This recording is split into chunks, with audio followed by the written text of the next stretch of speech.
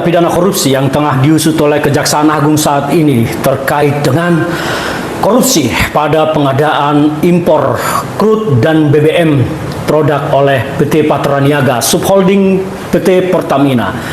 Kita tidak sedang ingin membahas tentang pelaku-pelaku korupsinya, tetapi kita ingin membahas isu-isu yang berkembang liar pasca ditetapkannya saat ini 9 tersangka dan telah ditahan oleh Kejaksaan Agung.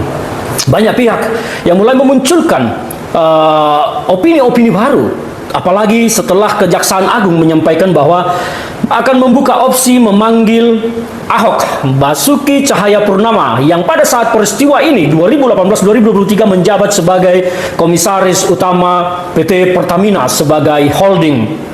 Kejaksaan Agung menyatakan membuka peluang memeriksa Ahok, dan ini kemudian diglorifikasi, diamplifikasi oleh banyak pihak-pihak yang sepertinya tidak suka dengan PD Perjuangan dan tidak suka dengan Ahok, mengopinikannya bahwa seolah-olah Ahok ini akan dipanggil sebagai bakal calon pesakitan atau bakal calon tersangka. Inilah opini yang berkembang liar di tengah publik, seolah-olah Ahok ini adalah bagian dari para pelaku. Inilah jahatnya opini yang terjadi saat ini. Padahal kalau banyak yang memang belum tahu, saya akui banyak yang belum tahu, tetapi bahwa harus dipahami, Ahok adalah komisaris utama pada saat itu yang tentu mengetahui banyak peristiwa, banyak hal yang dibahas di dalam rapat, tetapi tidak bisa dibuka ke publik. Karena apa? Ada aturan yang mengatur tentang kerahasiaan informasi di perusahaan, dan di semua perusahaan seperti itu informasi internal tidak boleh dibocorkan keluar, karena akan ada sanksi pidana yang menghantui bagi pelaku yang membuka setiap informasi yang pernah ada, kecuali dibuka pada kepentingan hukum ketika diperiksa. Makanya Ahok bilang dengan senang hati akan saya datangi Kejaksaan Agung ketika dipanggil, karena Ahok akan membuka segalanya. Tetapi kalau di luar itu Ahok membuka informasi yang dia miliki terkait dengan rapat-rapat di Patraniaga atau di Pertamina, maka ada ancaman sanksi pidana yang terkait itu. Tetapi yang pasti Ahok di sini bukanlah sebagai bakal calon pesakitan, tidak sama sekali. Ahok tidak terlibat dalam pusaran ini, tetapi Ahok adalah orang yang mengetahui ini, dan mungkin kasus ini adalah informasi dari Ahok ke penegak hukum. Kita tidak tahu. Jadi tidak mudah untuk membayangkan apa yang sesungguhnya terjadi di balik ini. Selain Ahok, muncul pula nama Erick Thohir yang kemudian mendatangi Kejaksaan Agung dan berbicara katanya sampai jam 11 malam. Ada apa dengan Erick Thohir? Erick Thohir adalah sosok Menteri BUMN yang menurut saya mengetahui semua proses peristiwa ini. Tidak mungkin Erick Thohir tidak mengetahui apa yang terjadi di Patraniaga dan di Pertamina, karena banyak informasi yang kita dengar bagaimana tangan Erick Thohir bermain ke dalam jauh. Apakah itu benar? Tidak ada yang bisa membuktikannya sekarang kecuali nanti di proses hukum. Ketika saksi-saksi dipanggil dan diperiksa, maka semua akan terbuka. Dan pertanyaannya, ada apa dengan Erick Thohir? Harus mendatangi Kejaksaan Agung membahas perkara korupsi yang sedang ditangani, padahal Erick Thohir adalah salah satu bagian yang patut dibuka dari sistem ini.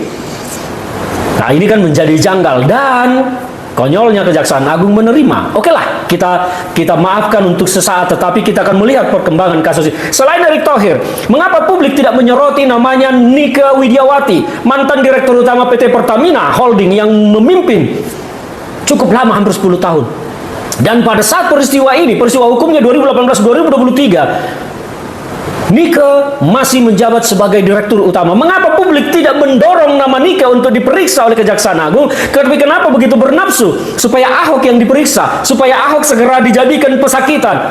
Ada apa dengan publik kita? Mengapa pikirannya bergeser dari mau menegakkan hukum menjadi sebuah kebencian?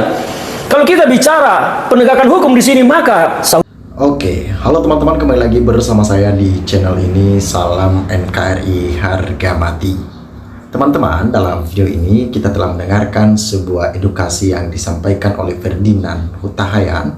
Tentunya hal-hal seperti ini kita bersyukur, dan kita makin melek dengan politik-politik yang begitu membuat kita saat-saat ini sulit untuk menebak, ya, mana yang baik, mana yang benar, mana yang putih, mana yang hitam, karena semuanya abu-abu.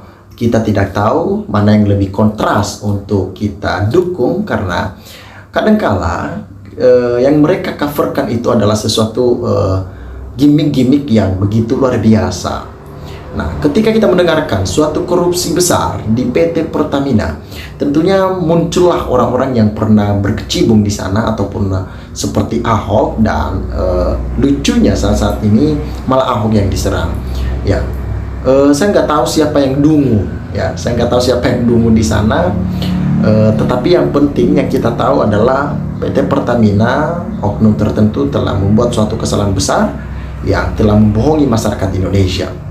Nah, Ferdinand Huta-Heian di sini memberikan kritikan keras bagaimana ya para mafia-mafia koruptor berhentilah, dan juga presiden harus mengambil tindakan tegas untuk memberikan hukuman yang tepat kepada orang-orang yang melakukan sebuah pelanggaran besar.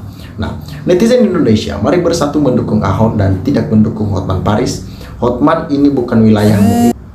Nah, saat ini ketika kita melihat banyak orang-orang yang kerap kali mereka lebih suka memakan uang haram dibandingkan dengan bagaimana gaji pokok mereka belum berkecukupan akan hal itu. Makanya oknum-oknum tertentu, tikus-tikus kantor ya, yang sering sekali berdasi memakai jas yang berapi, mereka tidak dapat dipercaya seutuhnya. Kenapa? Karena ketika kita melihat ya, ketika kita melihat kegaduhan terjadi di negara kita, itu bukan masyarakat yang melakukan hal itu. Logikanya begini, pernahkah Anda mendengarkan masyarakat melakukan korupsi besar? Tentunya tidak kan. Tetapi kebanyakan oknum-oknum tertentu itu terdapat dari golongan-golongan pejabat, golongan-golongan yang memang kita kenal mereka adalah figur. Nah, harusnya mereka yang perlu dievaluasi, mereka yang perlu diberikan sebuah pelajaran yang lebih tepat supaya tidak terjadi hal-hal seperti ini lagi. Karena dari tahun ke tahun, sebelum Prabowo, sebelum Megawati, sebelum Jokowi, ya, itu sudah banyak orang-orang yang korupsi, dan itu dari kalangan pejabat-pejabat negara.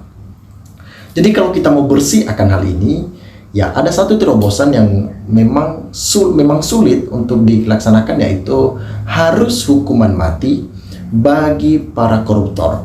Kalau ini tidak akan dilakukan, maka efek jera bagi para koruptor yang dilakukan konsekuensi seperti biasanya, mereka tidak akan pernah takut, dan juga hal yang sama akan mereka lakukan ke depannya. Makanya jangan heran, lu jangan tanya begitu, ini kenapa begitu negara kita tidak ada kemajuan, selalu di fase yang dimana negara kita selalu krisis, begitu perekonomian dan berbagai macam hal-hal yang lain. Nah, harusnya kita dapat menyelesaikannya dan dapat menyelesaikan semuanya ini dengan penuh tanggung jawab, teman-teman. Nah, pada kesempatan kali ini